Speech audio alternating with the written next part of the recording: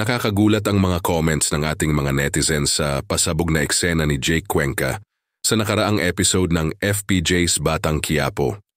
Ito yung viral na ngayong pakikipagbakbakan ng aktor sa karakter ni Ronaldo Martin, kapatid ni Coco Martin na ang tanging suot ay ang kanyang white underwear. Tuwang-tuwa, syempre ang mga supporters ng aktor nang mapanood ang maaksyong eksena ni Jake sa hit series ng ABS-CBN na pinagbibidahan ni Coco.